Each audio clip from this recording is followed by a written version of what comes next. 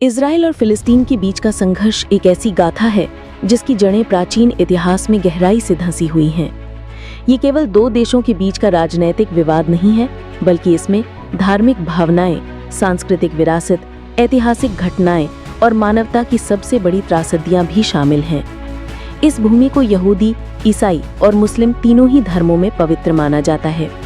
इसी भूमि पर यहूदी धर्म की नींव रखी गई, इसी भूमि में ईसा मसीह का जन्म हुआ और इसी भूमि पर इस्लाम की तीसरी सबसे पवित्र जगह अल अक्सा मस्जिद स्थित है। इन सभी कारणों से जमीन को लेकर हमेशा विवाद बना रहा।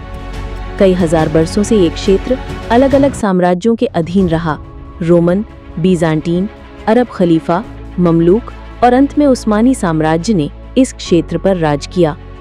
1517 से लेकर 1917 तक ये भूमि उस्मानी साम्राज्य के अधीन रही, मगर 19वीं सदी के अंत में यहूदियों के बीच एक नया आंदोलन शुरू हुआ जिसे ज़ायोनिज़्म कहा जाता है। ज़ायोनिज़्म का मुख्य उद्देश्य ये था कि यहूदियों को एक स्वतंत्र देश मिलना चाहिए जहां वे बिना किसी डर के रह सकें। उस समय यूरोप में यहूदियों के खिलाफ भयंकर उत्पीड़न और भेदभाव हो रहा था। इसके कारण बड़ी संख्या में यहूदी लोग फिलिस्तीन में जाकर बसने लगे। उस समय फिलिस्तीन में मुख्य रूप से अरब मुसलमान और ईसाई रहते थे। उन्होंने यहूदियों के इस पलायन का विरोध किया क्योंकि उन्हें लगा कि उनकी जमीन पर उनकी सहमति के बिना बाहरी लोग बसाए जा रहे हैं। प्रथम विश्व युद्ध के दौरान जब उस्मानी साम्राज्य का पतन हुआ, तब ब्रिटेन ने फिलिस्तीन पर कब्जा कर लिया। 1917 में ब्रिटिश सरकार ने बाल्फोर घोषणा जारी की, जिसमें यहूदियों के लिए फिलिस्तीन में एक राष्ट्रीय घर बनाने का समर्थन किया गया। ये घोषणा अरबों के लिए एक बड़ी चिंता का विषय बन गई। ब्रिटेन ने अरबों और यहूदियों दोनों से वादे किए थे, जिससे विवाद और गहरा हो गया। 1920 और 1930 के दशक में अरबों और यहूदियों के बीच टकराव बढ़ता चला गया। यरूशलेम में पश्चिमी दीवार के मुद्दे पर भयंकर दंगे हुए, जिसमें सैकड़ों लोग मारे गए। फिलिस्तीनी अरबों ने ब्रिटिश शासन और यहूदी प्रवास के खिलाफ विद्रोह किया। ब्रिटिश शासन के दौरान यहूदियों और अरबों ने अपने अपने मिलिट्री ग्रुप तैयार कर लिए। यहूदियों ने हगाना और अरबों ने अपने सशस्त्र संगठनों के जरिए हथियार उठा लिए। द्वितीय विश्व युद्ध के दौरान यूरोप में यहूदियों के खिलाफ होलोकास्ट हुआ। नाजी जर्मनी ने 6 मिलियन यानी 60 लाख यहूदियों की हत्या कर दी। इस त्रासदी ने यहूदियों के लिए एक स्वतंत्र राष्ट्र की आवश्यकता को और मजबूती दी। युद्ध के बाद यूरोप के बचे खुचे यहूदी फिलिस्तीन की ओर पलायन करने लगे। ब्रिटेन इस समस्या से परेशान होकर इसे संयुक्त राष्ट्र के पास ले गया। 1947 में संयुक्त राष्ट्र ने फिलिस्तीन को 2 हिस्सों में बांटने का प्रस्ताव रखा। एक हिस्सा यहूदियों के लिए और दूसरा हिस्सा अरबों के लिए था। यरूशलेम को अंतर्राष्ट्रीय शहर घोषित किया गया। यहूदियों ने इस प्रस्ताव को स्वीकार कर लिया, लेकिन अरबों ने इसे खारिज कर दिया। अरबों को लगा कि उनकी भूमि को बांटने का कोई औचित्य नहीं है, क्योंकि वे वहां सदियों से रह रहे थे। 14 मई 1948 को यहूदियों ने इजराइल की स्वतंत्रता की घोषणा कर दी। इसके बाद मिस्र, जॉर्डन, सीरिया, लेबनान और इराक ने इजराइल पर हमला कर दिया। ये युद्ध इजराइल ने जीत लिया और अपनी सीमाओं का विस्तार कर लिया। जॉर्डन ने वेस्ट बैंक और पूर्वी यरूशलेम पर कब्जा कर लिया, वहीं गाजा पट्टी मिस्र के नियंत्रण में चली गई। इस युद्ध के दौरान लगभग 7 लाख फिलिस्तीनी अरबों को अपनी जमीन छोड़नी पड़ी। इस घटना को फिलिस्तीनी नकबा यानी आपदा कहते हैं। 1956 में स्वेज नहर के मुद्दे पर दूसरा युद्ध हुआ।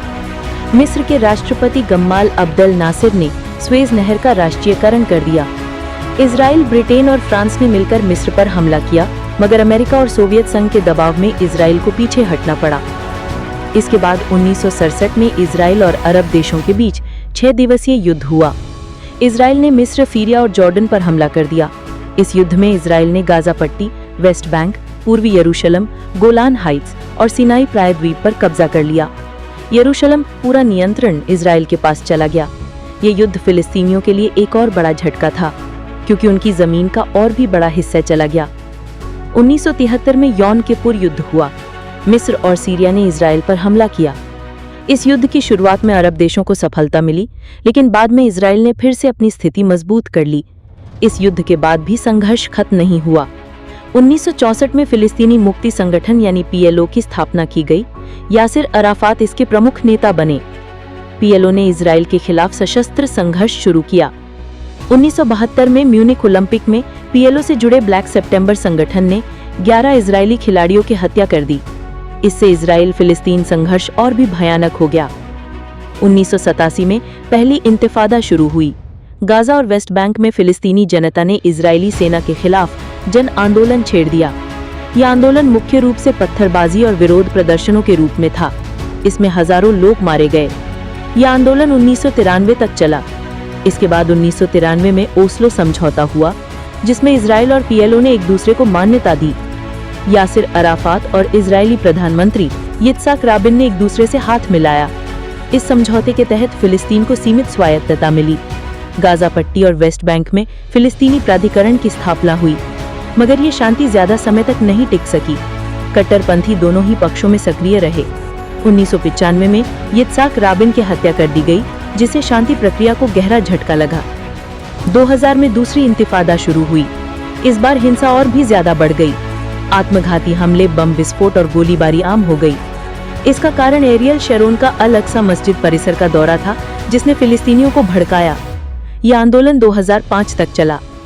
2005 में गाजा पट्टी में चुनाव हुए, जिसमें इस्लामिक संगठन हमास ने जीत हासिल की।